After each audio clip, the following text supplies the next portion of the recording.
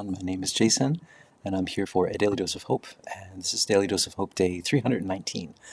So I've been coming on for almost consecutively since February of 2024, because my guide said, well, I was asking if there's anything that I could do, and they said, well, if you'd like to, you could come on and give a Daily Dose of Hope, because the energies on our planet, while they were at a lull point at that time, are going to start to pick up. And as they pick up, things are going to start getting wackier and wackier. And it's going to be harder and harder to stay in that middle path because it's going to be kind of confusing if you're not aware of what's going on. And so they just guided me to do this if I wanted to, and I wanted to, and here I am. I've been trying to do it consecutively, but I'm in transit here. I'm kind of traveling, so it's hard to do it every day here. Yeah, so nice to meet you, nice to see you again. Daily Dose of Hope is just that on our planet we see these two sides of the yin and the yang, and it seems like everything's just at war all of the time. But if you look at the symbol, you can see there's a little line in between, and we can follow that line, and we can be at peace. We don't have to fall into all of that stuff that's going on around us. We can see it. We don't have to blind ourselves to it. We see it. We see it's going on, but we're not affected emotionally by it. We understand that everything happens for a reason, and most of the time we don't really know what the reason is. Like when there's people around you, for example, that you don't approve of. They're doing something that you think is wrong. That's not right. But they might be serving a purpose that you have no idea about. And that by you jumping into that, you might be interfering with that purpose. Maybe they're doing that's part of their life goal, their life blueprint. They're supposed to be that type of person to maybe catalyze someone else to do something. So that's what we don't really know. We don't know. And so why jump into judgment? Just understand, oh, okay, well, they are who they are for a very special reason. And I love that, and I respect that, and I see them.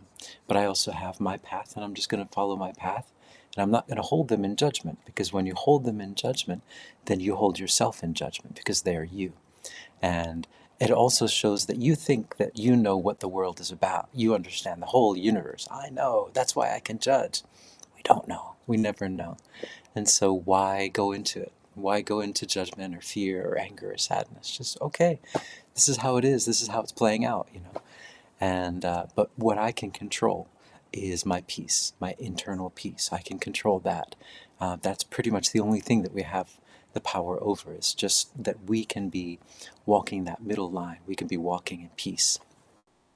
So yep, Grand Rising. Hey. So that was the message I wanted to bring today, and every day of this year, extended year. It's kind of longer than 1 year. The other thing I wanted to bring about was, so when you travel, new things pop up to you. So I live in Japan, but I'm visiting the United States at the moment, right? And it's a very different energy, and it's pretty interesting. I love experiencing different energies. And so I've been reading this book by Neil Gaiman. It's called American Gods, and they made a Netflix series about it, which I didn't see because Netflix makes everything really violent and just, yeah, I don't like that kind of stuff. But the book is really, really good, and the premise of the book, I think I've talked about it many times, and the idea is that in American Gods. So all of these people who came to America, all of the immigrants came from all of these different countries. And the first settlers, right, the first generation, they brought their gods, their religion with them. And they were, worshiping their, whatever religion they had. But then as they became more acclimated to American culture, they just stopped. They said, that's old-fashioned stuff. But they did bring over that idea of their gods, right? And so in the story, it's kind of like a story, but these gods, like some of the gods are living in low rent housing because they don't have enough energy to survive, but they do exist because we as humans are so powerful that we create this. And so this idea, right, of it's a novel, it's a science fiction or it's a fantasy novel, right? And that's what everyone thinks, and that's the best way to get information out. A lot of times, what we think of as a fantasy novel or what we think of a science fiction novel is really much, much more than that. And I find that his novels have a lot of that. There's giving away a lot of information, and we have the ability to choose whether or not we think it's real or not real. But what I find is that within the third dimension, right, we live in this third dimension and we believe in science, and science is everything, right? And but then like this whole concept that there is another level to it is kind of shut down. No, no, you can't believe that there could be anything more than red, orange, yellow, green, and blue. Ultraviolet? No, you can't see with your eyes. It must not exist, right? These kind of things. Um, but yeah, and like the aura, for example, that we have an aura for the longest time was considered like this, that's so, fruity or crazy. What are you talking about? But now, scientists are talking about it. They just call it something different. So, but this idea that there could be something more, and then the idea that there could be something more has to be in the religion. Okay, as long as you believe in this like box-like religion, the three main religions, then it's okay. But anything outside of that, that's just bad. You know. But so my take on this is that there is from what I've experienced, like so this is something that I was never really thought much about. But then once I started channeling, I started saying stuff. I thought, oh wow, okay. And then I would be given names and I would start researching. And then I found out, oh, the world that we know is much, much more complex and much, much more interesting than we could ever imagine. And so a lot of these, like that concept that there are these American gods is a lot more real than you could imagine. And that there is a lot more of that happening that we know about. And this is part of our multidimensional selves is being able to start seeing it, being able to start acknowledging it. For example, energy. You walk into a room and this room feels really, really light and really wonderful. You walk into another room, it feels really dark. What is that? The room is a room. You don't see anything differently, but you feel it. What are you feeling? Right? What are you picking up on? And so just these concepts. And I wanted to bring this up because I think it's really important as everything is being revealed on our planet at the moment. This is not just on a third dimensional thing where all of the things were hidden. This guy was doing this secretly, or this guy was using this money for this. That's the surface level. But it's going to go beyond that. It's going to get a bit surreal, where a lot of things that were unseen, will start to be seen. And when that happens, it's really important to just understand that it's all the same thing. It's just that maybe we didn't see it, but it's still there.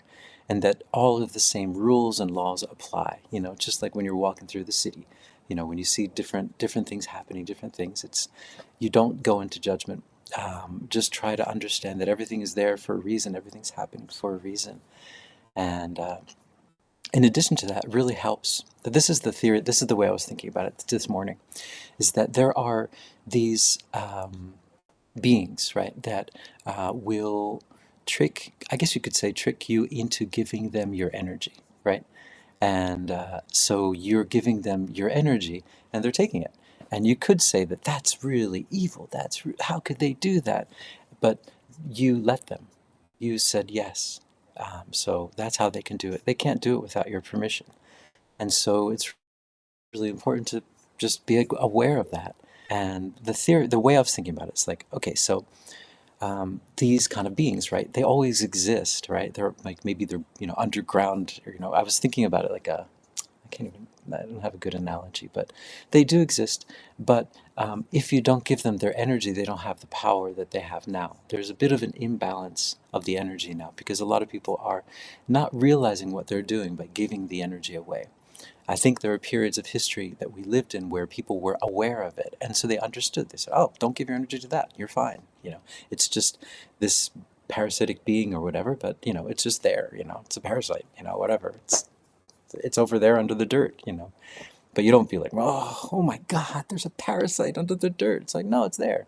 As long as you don't give it your energy, then as long as you take medicine that clears out the parasites, you're going to be fine.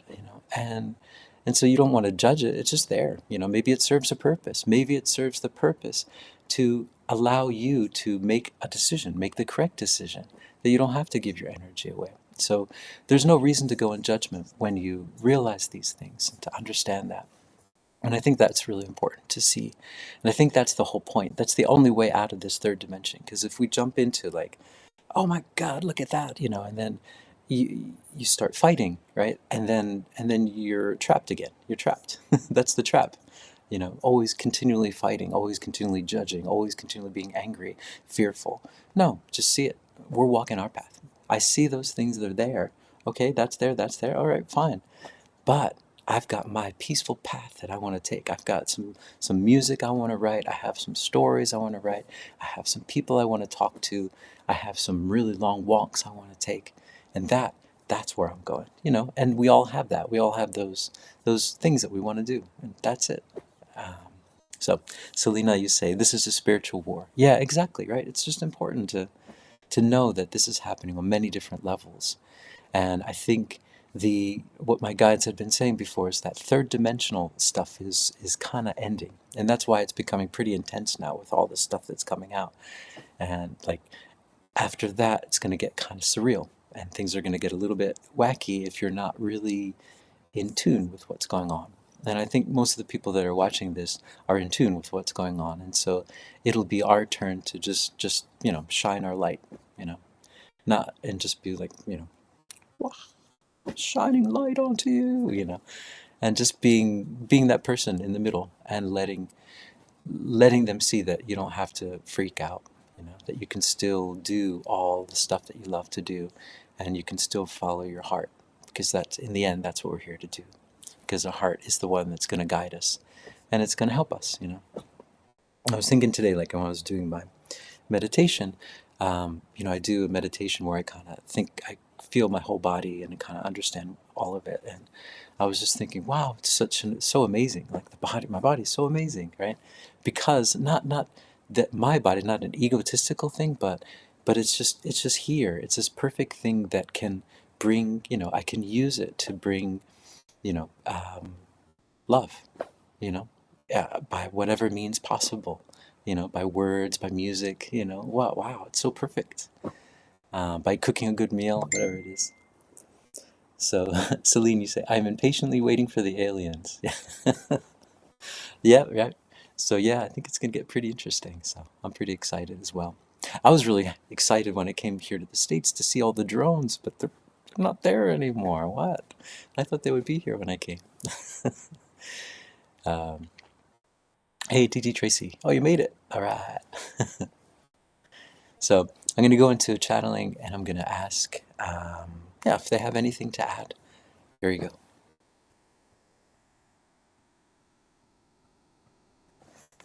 Greetings. We are the one that sanatkumara. We are here and we are here and we are here and we are here. And we are also over there as you are over there. And we are over there as well. And you are over there and you are behind us. You're in front of us. You are everywhere. You are everywhere all at once. And so are we. And this is where you are. This is where you always are. This is that now moment. This is that now moment. The now moment is everywhere. You are everywhere. You are every time. You are everything. And that is what you are. You tend to think of yourself through the lens of this body, and you see yourself as this one being focused into a specific form, doing specific things, but you are actually everything all at once. This world that you're in at this moment focuses on this one form because it helps you to learn lessons that would be hard to learn when you're everywhere and everything and everyone and all love. But you are starting to open up to that now. The gates of this dimension are starting to open in that sense that you are able to see yourself as this body having this experience on this planet, but you're also at the same time being able to be everywhere, everyone, and everything all of the time. You're able to do that because that is who you are. You are connected with the universal energy, with the source energy. You are one.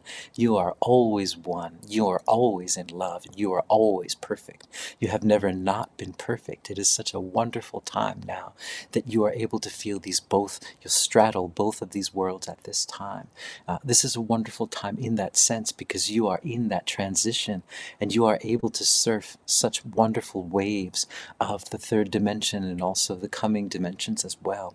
And being able to experience these two things at the same time, being able to straddle two dimensions at the same time, is such a wonderful ability, especially with your creative ability, especially with your ability to move energy with your heart. It is such a beautiful time, and you would see all of the beings all around the universe are seeing what you're doing, and they are applauding. They are seeing the love that you're bringing to this planet, and they are applauding. You are doing such beautiful work. All right. And TT Tracy says it's almost 11 a.m. here in Florida. Yeah, I'm in the same time frame. So I think it's 11. I think it's 11 here too. I'm on the East Coast. Yesterday I went to I was looking for just interesting places around, where I live, and I found this place. It's like a mini Stonehenge. There's this guy in 1967. He went to Ireland, and then he went to a Scottish island called Iona. And he went to this island, and he had a vision that there were these rocks that were coming towards him. These kind of boulders were coming to him, and then he was a little bit frightened, but then they got closer and he felt love from them. And then so he decided when he went back home to America, he was going to build a Stonehenge in the countryside. And he did. So I went to it yesterday, but it was pretty much frozen over, so it's hard to get in there. But pretty interesting stuff. So yeah, I'm just going to go into a pocket of peace to help us and to help everyone just kind of deal with all the craziness. Teen ACIM has a new channeling out addressing the changes happening. Oh yeah, I saw the advertisement for it. Yeah. Anne Marie says so beautiful. Thank you, Sanat. Yep, thank you, Anne Marie. All right, so pocket of peace. Here we go. So I'll try to make this one not super long, but pocket of peace is a guided meditation. You're free to join in. If you don't want to join, that's fine as well. And you can join in however you'd like. Some people like to play music, some people like to dance, some people like to do all kinds of things. So here we go.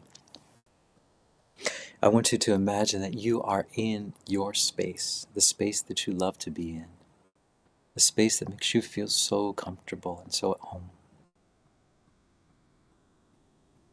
Good. Be in that space. Breathe in that air. Breathe in that feeling. Oh, good. And then I'd like you to imagine that in this space that you're in, this energy of unconditional love. It's like a mist, like a golden mist. It kind of comes in and surrounds you. And it just looks so beautiful, such a golden light. And it's so gentle and it surrounds you. And you feel so relaxed. You feel like, yeah, everything's going to be okay. I'm going to be okay. This world's going to be okay. It feels so good. And you start to feel really like you're really at home now. More at home than you've actually ever felt before. And you just breathe a sigh of relief because there's nothing to worry about. There's nothing to regret. You are loved unconditionally. There's nothing you got to do. There's nothing you got to say, be, have, buy. No, you are exactly as you are completely and utterly loved because you are love. You're made of love. So of course you're loved. And everything that you do is love. So you're walking around the world, just walking around your day, thinking that you're just doing normal things, but you're making love everywhere you go. You're leaving a little bit of love everywhere you go. And it's such a beautiful thing that you're doing. What a beautiful time to be alive. Yeah, and I'd like you to imagine that this energy starts to warm up your heart and your whole body, and then it goes out throughout the windows and the floors and the ceilings, and so that the whole space that you're in is just filled with love. Everything is vibrating at this frequency of love. And then instantaneously this love just goes out and it goes out throughout the whole world at the speed of love through all of the highways, the byways, the skyways, the river waves, the ocean waves, the subways, everywhere. It's just traveling at the speed of love, the fastest speed that is available in this universe, because it is the only speed, because it is the only truth. And it's traveling throughout everywhere, and you can feel it. Oh, it feels so good. And you can see everyone around you. They're just downloading this love, and they're saying, yeah, I don't know what that was. I was feeling really not so good, but I'm feeling great now. I feel like, you know what? I've got this thing. I got this thing. I was feeling so low and so dark and so empty and so hopeless, but I got this thing now. I got this thing. And none of these things can ever get me down, because I'm love. Nothing can get love down. And so this love is going around throughout all of the surface areas, and even underneath the surface of this whole planet, and everywhere. It's cleaning everything out. It's turning all stories into stories of love. All stories of sadness, all stories of fear, all stories of anger, all stories of regret. They're changed into love stories. It's all love stories now. Everywhere you look, you turn on the TV, it's a love story. You turn on your phone, it's a love story. You talk to the guy at the store, it's a love story. Everything's love. We flipped it all up. So there is no stories of fear anymore. And any stories of fear that you hear instantaneously are changed into love. Look at that. Everything is love now. Love, love, love, love, love, love, love, love, love. All right. So,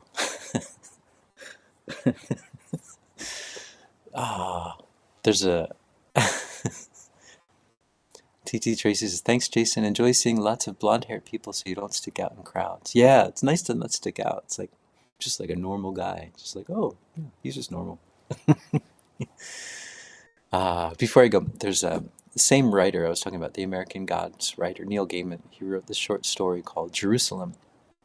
And I was reminded, whenever I do this stuff, I think about like myself from a few years ago. Be like, what are you doing? What are you talking about? Love, love, love. But so there's a story about this British couple that goes to Jerusalem, and the tour guide is telling them that there is this thing called the Jerusalem syndrome, that people who travel to Jerusalem sometimes are affected by this syndrome, where they just will start preaching love on the street corner. They'll maybe take the yeah, they'll just wrap themselves in a sheet and just say everything is love, it's all love, and they'll be preaching in the street corner. And the main character said, "What's the cure for it?" She said, "There's no cure. You just have to leave Jerusalem, and then everything is fine." And during that time, the wife, she said, "I'm feeling a little ill. I'm going to go back to the hotel room." And he said, "All right." And then the tour guide said, "I'll just take you to the cafe." So the husband is with the tour guide at the cafe. They're talking, and um, then he goes back to the hotel, and he says he realizes that his wife's not there, and that the bed sheets are gone. So he wanders through Jerusalem, and he finds her there with the bed sheets on, and she's saying, "Everything is love. The world is love. You are love." And then he just kind of, helps her back home, and then they fly home, and then they're back in England, and she doesn't remember a thing. So I always think about that, because it feels like that. Just, yeah. But I'm not in Jerusalem. So anyway, thank you everyone for listening. Thanks TT Tracy and Marie and Selena. I hope you guys are hopeful, and hopefully I'll see you all tomorrow if it all works well. So ciao for now.